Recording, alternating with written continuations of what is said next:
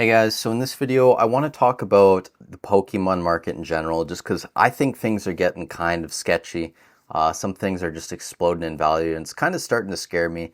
And I am moving forward with positive, optimism, I guess. Cautious optimism is probably a better way of putting it. But, there are some things where I think there are a lot of new investors in the hobby, and, I just want to talk today a bit about, just being careful with what you're buying, but also just talking about 151 and Crown Zenith in general. I'm going to do a full specialty set ranking video this week.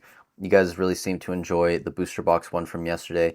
So thank you for all the support on that. Welcome to anyone who's new here. And yeah, I mean, obviously 151 Crown Zenith, both great sets. 151 booster bundles up about 56% on the year. The UPC is up 138, almost 140%. ETB is up 130% as well. You basically doubled your money if you got into some of these early on. And some of the cards as well, like if you look at the Charizard EX sitting over $200, this was a $100, $110 card for the longest time. You basically doubled your money on this. But even some less popular ones, I mean, obviously the Blastoise and Venusaur are up, but less obvious ones, the Dragonair is up about 55%, and the Pikachu Secret Rare is up about, or the illustration rare, I guess I should say, up about 60 to 70%. TCG Player has it at $27. Most recent sales are actually about $30 or over, so we're probably moving closer to that $30 point on this card, which is kind of insane. But same thing is happening with Crown Zenith, right? A lot of these cards did explode earlier in the year, like the Giratina.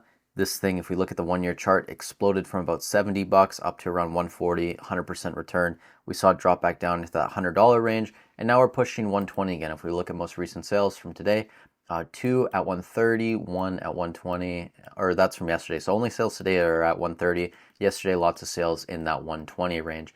Top card in the set, but one that has absolutely exploded over the past week, the Mewtwo V-Star. This thing went from $60 a week ago, now sitting around $85, up over 33% in a week, 41.95% on the month. And sales are there, right? Like, this isn't just the TCG Player sale. Today, $85, $86.27, $95 yesterday. So we are in that $85 range now on this card. This is my favorite card from Crown Zenith. I really do love this card. So it's not surprising to me that it's getting love and someone's buying it out at this point. But a lot of other cards this is happening to, and even less expensive, less popular cards, right? So if we go to the Pikachu Secret Rare, this thing's up 126%, guys. And again, look at the graph. Like, this thing just absolutely exploded overnight. At one point, when all the other Crown Zenith cards were going up, this was over $10. But it came back down. It's been a $6, $7, $8 card that you could probably get for $5 at a card show for a long time, and then overnight it just doubles.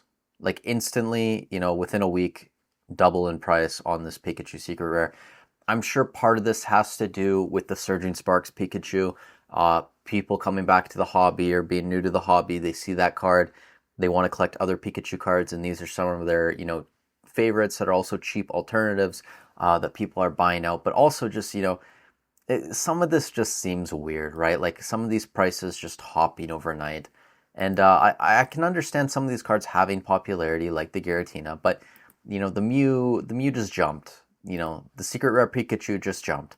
This other Pikachu has kind of jumped as well, up 30% on the month, and it's actually sitting closer to $5. Like, most recent sales are $5.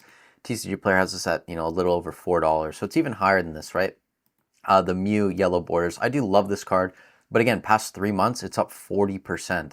And most recent sales, I think, are actually, they're in that range still. You had a couple outliers from yesterday that were maybe a bit higher, but it is in that $7 range, $8 range, and it's up 40%. Like, a lot of these just random cards that most people didn't see as investable or too desirable are now extremely desirable. Now, for me, this isn't as big of an issue because I mainly deal with sealed product. I don't really dabble with singles that often.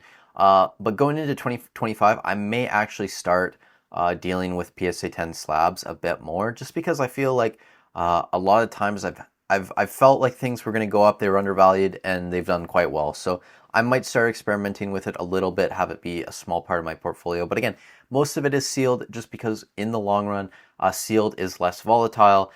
You don't have to be as lucky or to be, a super expert in all of the cards to do as well with sealed. So ETBs from Crown Zenith, right? The booster bundles, these were up to $42, $43 a couple months ago. We had a restock on the Pokemon Center the first time they were available. Very cheap, like 32 Canadian. So probably around this 27 USD mark, maybe even a bit less.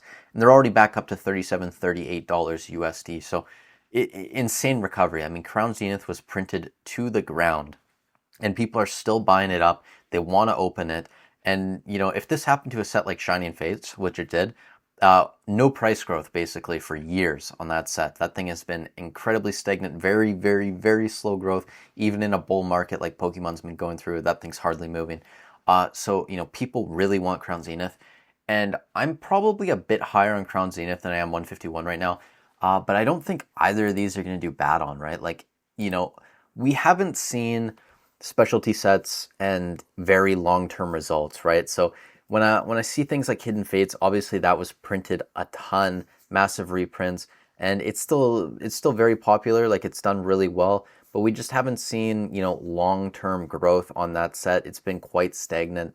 And I do worry, what could potentially happen to a set like 151 or Crown Zenith. These sets are probably both better and, more favored compared to something like Hidden Fates.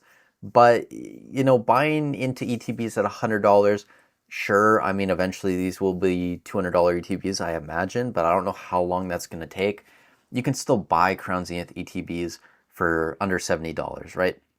So what would I buy right now? I'd probably be buying Crown Zenith. I've actually been buying a lot of the booster bundles. I bought up a lot of these on Black Friday, another case or so, and I also bought some tins from the Pokemon Center because that's the cheapest you can find them. So yeah, I mean, I've been putting a lot more money into Crown Zenith than 151. If you're in 151, I would absolutely be holding. I wouldn't be selling any 151 at this point. I don't think we're actually going to get a big reprint. I really don't. Which, if you've been watching the channel a long time, would actually be baffling because, my plan for at least part of this year was not to buy a ton of 151. I absolutely thought it was going to be reprinted. They reprinted the Japanese version, but really haven't done too much with like ETBs and booster bundles. We've seen restocks a lot. And again, being in Canada, it's a lot more difficult. Like we didn't really have the best pricing on a lot of things where you guys in the States have, Target and Walmart restocks are much more common down there than up here at least. So it was a bit more difficult to find decently priced product on this compared to something like Crown Zenith. So that's why I didn't go as big into it. But again, maybe I'm just coping. I really thought there was going to be a reprint. We haven't seen it. And again, the demand is just so high, it wouldn't really matter at this point anyways. But yeah, I mean, guys, just be careful, okay? That's kind of the whole point of this video. Some things are worrying to me, like UPC's at $230 already as the product's been out a year. 151 ETPs, again, already over $100. And then some of these cards, right? Like the Mewtwo V-Star just overnight popped from 60 to 85 bucks. And, you can basically take any set from the last 2 years. There's probably a card or a product or something that has just exploded in the past month or two. And I understand there's a ton of popularity in Pokemon right now. And, over the past couple weeks, I've been saying buy, buy, buy, which I think is, over the past couple weeks, things were still a lot cheaper, right? Like 2 weeks ago, you could still buy Fusion Strike booster boxes most places for $200. If you're in the UK, you still could have bought them at MSRP on the Pokemon Center. Now that's done. That's a $280 box, $400 Canadian. And yeah, I mean, things change very fast in this hobby. And just because they're going up right now, it doesn't mean everything's going to continue to go up. And, I don't want you guys to over leverage. Just don't go into debt for this stuff.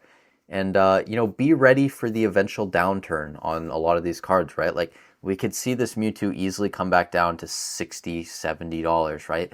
We could see, I don't know, the Charizard from 151 coming into the 150s, like stuff like that where we see a 30-40% reduction in prices. It could happen, right? Like it's already happened to the Giratina earlier this year. This thing went down about 30-40%, like a lot of the alt arts did. So just be very careful buying in. And again, like that could happen to sealed product as well. You could have restocks that bring prices down drastically. We could have, less demand in the hobby. We could have issues with the economy where people have to sell off. Not as many people are buying, and prices stagnate for a couple of years or longer than that, right? So, be optimistic. I think there's a lot of things to be optimistic about over the next 8 to 10 months, next year, year and a half, going into 2026, 30th anniversary. But also things could change on a dime. So just be prepared in case that happens. Don't be too over leveraged, and just enjoy your time in the hobby as well. Be smart with things. So that's and for me to start saying this is maybe I'm just getting older and I'm being more conservative. I'm getting to the point where I want to start a family and everything, and I'm not Wall Street bets 20-year-old Grayson kind of just being dumb with his money. But I don't know. Maybe I'm just coping about some things. But you guys do you. A lot of you are much, much smarter than me, way more successful. So you know what's best for you. But that's all really got to say in this video, I think. Thank you guys so much for watching. Again, if you get value out of any of this content, I'd really appreciate it if you could subscribe to the channel and leave a like on the video. It helps a ton. If you are shopping on eBay, Hobbiesville, TCG Player, I have affiliate links down below. Free for you guys to use, and I get a little kickback from it. Easy way to support the channel. With that said, enjoy the rest of your week. Stay safe wherever you are in the world, and I'll catch you guys in the next one.